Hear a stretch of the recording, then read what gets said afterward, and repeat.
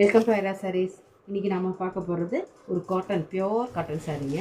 சாரீ பாருங்கள், சாரீ ஃபுல்லாக இப்படி தான் வருங்க. இது சாரீங்க, இது சாரியோட பார்டர். சாரீ ஃபுல்லாக இந்த டிசைன் வந்திருக்குங்க. சாரீ நல்லா சாஃப்டான சாரீங்க. சாரியோட பல்லு பாருங்கள்,